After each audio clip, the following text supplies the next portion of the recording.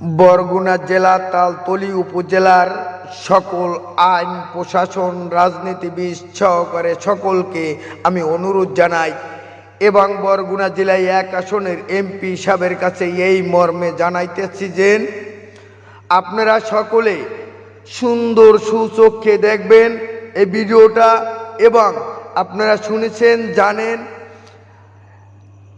এই করইবেড়িয়া বাজারে 1 নং ওয়ার্ডের বাজার শাখায় 1 নং ওয়ার্ডের মেম্বার মনিরুল ইসলাম মনির গাজীকে এই মধু তালুকদার এবং এই বাদশাহে চাল দিতে আছে দেখুন সগীর এবং বিএনপির আরও অনেকে মিলে তাকে ষড়যন্ত্র করে জেলখানা পাঠিয়ে তারা এই বিএনপির চাল ভাগাভাগি করে নিবে এবং খাবে, এটাই হলো তাদের উদ্দেশ্য।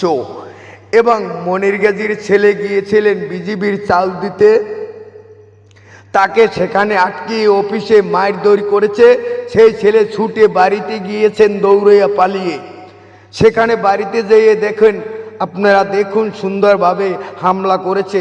মনির গাজীর মা, বোন, ভাই, ভাগ্নাকে কিভাবে কুপিয়েছে আপনারা দেখুন এবং সুচক্ষে দেখে আপনারা এই বিচারটা করবেন মনির গাজীর কোনো কালারিং আছে কি না এবং মনির গাজী কোনো দুর্নীতি করছে কি না আওয়ামী লীগ থাকাকালীন সেটাও দেখবেন। এবং এই মনির গাজীর পোলাকে মেরে ফেলতে চেয়েছিল, সেখানে বাড়িতে না পেয়ে দেখেন সবাইকে কুপিয়েছে কিভাবে। ভাইরা আমার, আপনারা সুন্দরভাবে সুচক্ষে দেখে বিচারটা করবেন। বাদশা এবার ওরা পরে বলবো না, আগে তার চিকিৎসা করাইলই বাড়ি আনলে আন্তরিক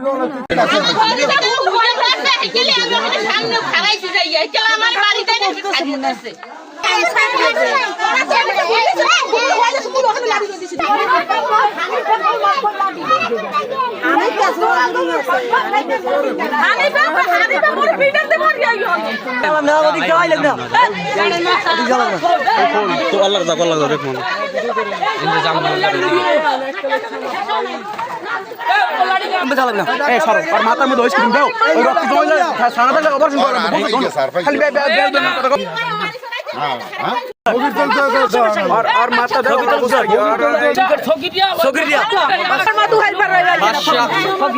আমার কবতেছে বাদশা, সগীর, আর জিয়া, মধু আর আলামিন।